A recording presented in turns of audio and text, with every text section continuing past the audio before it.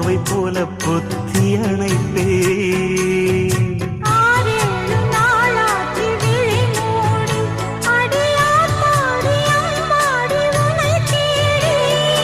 நீதானே மானே என் இளஞ்சோடி, உனை நீங்காது என்றும் என் உயிர் நாடி.